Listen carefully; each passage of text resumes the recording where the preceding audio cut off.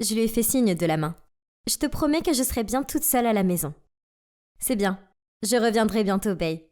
Puis elle est partie. C'est ma tante Anna. Je suis restée avec elle pendant que mes parents étaient en vacances. J'étais sur le point de retourner dans le salon quand on a sonné à la porte. Alors, j'ai immédiatement couru vers la porte et regardé par le Judas. Ah, c'était maman.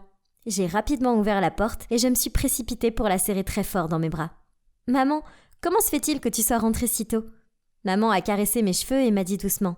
« Oh, ma chérie, je suis venue te chercher. Comment puis-je laisser ma petite princesse seule ?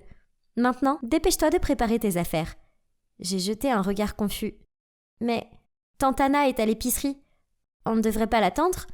Elle a secoué la tête. « Non, chérie, je l'ai déjà appelée. » Nous avons donc rapidement emballé mes affaires. Et maman m'a conduit à l'extérieur vers une voiture plutôt vieille, qui était complètement différente de notre BMW habituelle. « Maman ? Où est papa ? » « Ce n'est pas notre voiture ?» lui ai-je demandé. Elle s'est agenouillée devant moi et m'a dit en souriant. « Papa nous attend à la plage. On va bien s'amuser. » J'ai sauté toute contente. Youpi ! J'avais hâte de faire des châteaux de sable et de barboter dans la mer. C'était trop cool. En chemin, j'ai dû m'endormir, car lorsque j'ai ouvert les yeux, il faisait déjà nuit dehors. Je suis sortie de la voiture et j'ai regardé autour de moi. Où était l'océan ? Tout ce que je voyais, c'était une petite maison dans un quartier inconnu. Béatrice, c'est notre nouvelle maison. Juste toi et moi, à partir de maintenant. Les mots soudains de maman m'ont totalement réveillée. Maman ? Pourquoi ? Et papa ? J'ai bégayé. Écoute, je suis désolée. Je ne peux pas te l'expliquer pour le moment, tu es trop jeune pour comprendre. J'avais tellement de questions qui tournaient dans ma tête, mais en regardant le visage triste de maman, je savais que je ne devais pas lui en poser plus. Le lendemain matin, je me suis réveillée contente et curieuse de notre nouveau départ ici. J'ai ouvert le rideau et j'ai vu un groupe d'enfants de mon âge qui jouaient de l'autre côté de la rue. Alors sans réfléchir, je me suis précipitée dehors pour les rejoindre. « Bonjour, je suis Béat... » Soudain, ma mère est sortie de nulle part, un regard affolé sur le visage en criant « Je t'ai dit de rester à l'intérieur !»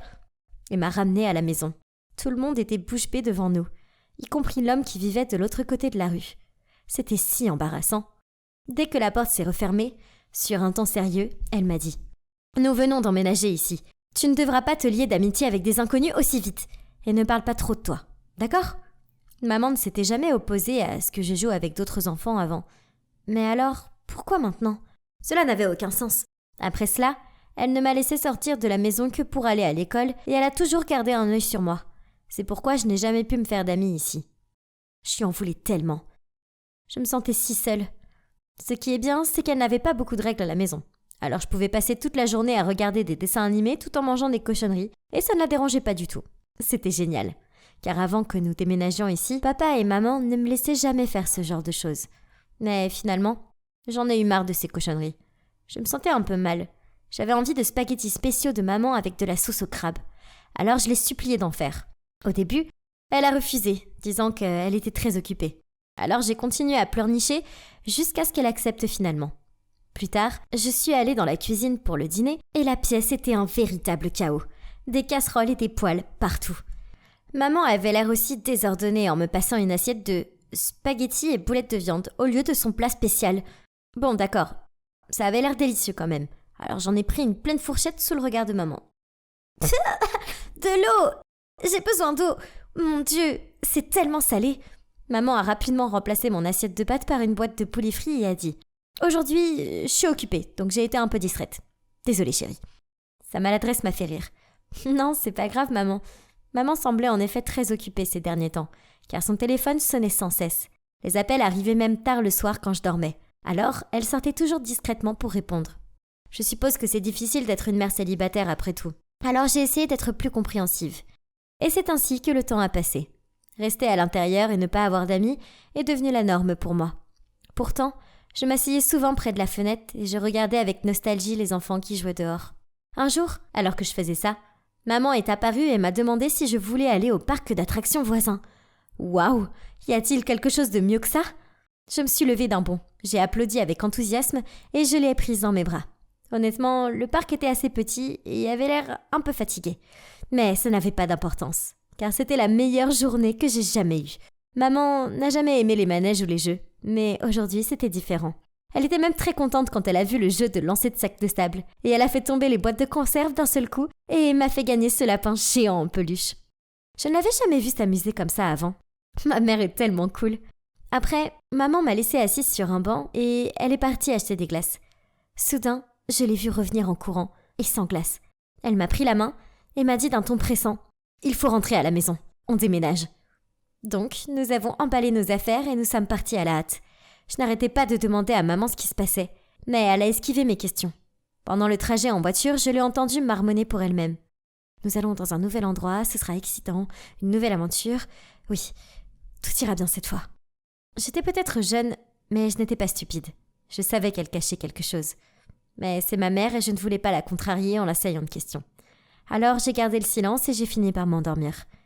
Une fois de plus, je me suis réveillée dans un endroit inconnu et j'ai regardé par la fenêtre. Je n'étais pas aussi préoccupée par cet endroit que par le précédent. Je ne voulais pas m'y attacher, car je ne savais pas combien de temps il faudrait avant que maman ne nous fasse déménager à nouveau. Mais il y avait quelque chose qui me dérangeait. De l'autre côté de la rue, il y avait un homme qui regardait directement notre nouvelle maison. Il était identique à notre précédent voisin. Peut-être qu'il venait de déménager lui aussi ? Quelle coïncidence ! J'ai parlé de cet homme à maman, et elle m'a dit qu'elle ne le connaissait pas et m'a sévèrement interdit de le fréquenter. À l'école, j'étais l'enfant bizarre qui ne parlait à personne. Plus je grandissais, plus je me sentais mal. Les autres enfants se moquaient de moi et je les entendais me traiter de bizarre dans mon dos. Je me sentais si seule et déprimée. Alors à la maison, je m'asseyais souvent près de la fenêtre avec un livre et j'essayais d'imaginer que les aventures que je lisais m'arrivaient à moi. Pire encore, maman agissait encore plus bizarrement que d'habitude. L'autre jour, en rentrant de l'école, je l'ai trouvée en train de jeter des aliments parfaitement bons hors du réfrigérateur. Certains étaient même tout neufs. Je lui ai demandé ce qu'elle faisait et elle a répondu « Ils ont moisi, alors je m'en débarrasse ». Puis elle a commencé à frotter le frigo. L'odeur ne part pas. Pourquoi ça ne part pas ? De quoi parlait-elle ? Tout semblait aller bien. Qu'est-ce qui se passe ? J'ai alors découvert que maman quittait souvent la maison tard la nuit et ne revenait pas avant l'aube. Je savais que si je lui posais la question, elle ne dirait rien. Alors cette nuit-là, je me suis faufilée dehors et je l'ai suivie. Maman portait des vêtements sombres et un chapeau, et une grande écharpe couvrant son visage, même s'il ne faisait pas si froid dehors. Pourquoi ce déguisement ? Puis, pouvez-vous le croire ? Je l'ai aperçue allant chez le voisin et le câlinant sous son porche. J'ai sauté hors de l'obscurité et j'ai crié « Maman, qu'est-ce qui se passe ? Je croyais que nous n'étions pas censés parler à cet homme. » Elle m'a jeté un regard alarmé. À ce moment-là, maman a reçu un texto. D'une voix paniquée, elle m'a dit « Béatrice, on doit partir, maintenant. Je t'expliquerai tout plus tard, je te le promets. » Juste après, l'homme mystérieux nous a fait un signe et nous a dit de monter dans sa voiture. Puis, il a filé dans la nuit. Après avoir repris mes esprits, je me suis tournée vers ma mère et je lui ai demandé « J'espère que t'as une explication à tout cela. » En fait, on est en danger, chérie. C'est ton père. Il est un imposteur.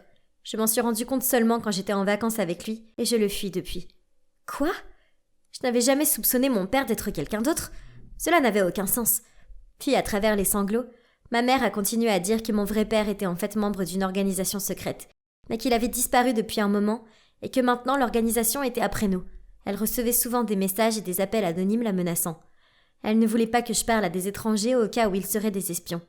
Et les fois où elle jetait toute la nourriture, c'était parce qu'elle avait reçu des messages menaçant d'empoisonner la nourriture dans notre maison. Elle a essuyé ses larmes puis a dit « Voici Jack. Nous sommes allés à l'université ensemble et il m'a été d'une grande aide. Nous sommes tombés amoureux mais je n'ai pas osé te le dire car j'avais peur que tu ne comprennes pas. J'ai regardé ce Jack. Je ne sais pas, il y avait quelque chose de bizarre chez lui. Mais peut-être que j'étais juste paranoïaque. Je veux dire, il avait aidé maman, non ? Ah, qu'est-ce que c'est ? Depuis que j'ai découvert l'organisation secrète, je suis un peu nerveuse. Et s'ils arrivaient soudainement et nous emmenaient maman et moi ? Je sais que maman est inquiète aussi, car elle semble si distante. Je veux juste que les choses aillent pour le mieux. Puis, Noël est arrivé. C'était un Noël un peu spécial, car pour la première fois depuis que nous nous sommes cachés, nous avons eu des invités. Enfin, un invité. Jack. Nous avons levé nos verres pour un joyeux Noël, mais au lieu de le poser, ma mère l'a englouti d'un seul coup. « Maman, est-ce que tu bois ce soir ?» J'ai demandé sceptiquement. « Bien sûr, ma chérie. C'est Noël. Laisse-moi te dire que je n'en suis pas moins un homme quand il s'agit de boire. Je me suis mordillé la lèvre en pensant à tout ça. Maman était allergique à l'alcool. et elle ne buvait que de minuscules gorgées, tout au plus. Soudain, une idée m'a traversé l'esprit. Peut-être que papa n'était pas l'imposteur après tout. Peut-être que c'était maman depuis le début. Elle aimait les montagnes russes, alors que dans mon souvenir, maman avait le vertige. Elle ne savait pas cuisiner. Elle aimait maintenant Jack, un homme étrange, et elle pouvait boire de l'alcool sans être malade. Si c'était vrai, alors à qui je pouvais faire confiance maintenant ? Quelque chose n'allait pas. J'avais un pressentiment. Alors le lendemain, je suis secrètement allée chez les flics au lieu d'aller à l'école comme d'habitude. J'ai alors découvert quelque chose de fou. Il s'est avéré que mes vrais parents me cherchaient depuis 6 ans. Oh mon Dieu ! Quant à la mère avec qui je vivais, qui était-elle ? J'ai essayé de rester calme en attendant que la police contacte mes parents en premier. Et dès qu'ils sont arrivés, nous avons tous les 3 fondu en larmes. C'est alors que ma vraie mère a dit toute la vérité. En fait, elle avait une sœur jumelle appelée Linda. Personne d'autre n'avait su pour Linda, car à cause de ses problèmes de dette, mon grand-père l'avait rejetée et lui avait interdit de se montrer devant la famille. Mais ma mère ne pouvait pas renier sa propre jumelle. Alors elle lui donnait secrètement de l'argent. Puis une fois, Linda a demandé trop d'argent et ma mère a refusé. À l'improviste, elle est venue et m'a emmenée pour faire pression sur ma mère afin qu'elle lui envoie plus d'argent. Pendant ce temps, ma mère continuait à transférer de l'argent pour s'assurer qu'elle subviendrait à mes besoins. Elle n'avait pas donné plus d'informations sur Linda aux flics, parce que maman voulait d'abord la tirer d'affaire pour que sa sœur n'ait pas d'ennui. Waouh, c'était beaucoup à encaisser. Après cela, maman a couru vers papa qui était en ligne pour parler à la police. Elle a attrapé sa main et l'a supplié de donner une chance à tante Linda. Comme vous le voyez, je n'ai pas pu avoir une enfance normale à cause de ma tante. Ce qu'elle avait fait était mal. Mais il y avait une partie de moi qui prendrait toujours soin d'elle, car elle m'a élevée pendant toutes ces années. Et mon cœur m'a poussé à dire « Papa, je ne veux pas la dénoncer non plus. » Mon père m'a regardé avec hésitation, mais finalement il a hoché la tête en signe d'approbation. Nous avons donc décidé de régler cette affaire nous-mêmes, sans l'intervention de la police. Le lendemain, comme prévu, j'étais dans le jardin avec ma fausse maman, lorsque sa jumelle identique est arrivée chez nous et l'a confrontée. Une fois que ma tante Linda s'est remise du choc initial, elle m'a tout avoué. C'était triste, mais je suis contente que tout soit terminé maintenant. Maman a payé les dettes de sa sœur à une condition, qu'elle ne puisse plus jamais m'approcher. Maintenant, je suis de retour à la maison, avec mes vrais parents. Il va falloir que je m'y habitue, car j'ai oublié comment me faire des amis et sortir seule, ça me rend nerveuse. Il semble que les souvenirs de l'aventure avec ma tante Linda risquent de me poursuivre pendant un certain temps encore. Je sais que je dois essayer d'aller de l'avant. Je ne peux pas revenir sur les 6 dernières années, mais je peux faire de mon mieux pour essayer d'embrasser l'avenir.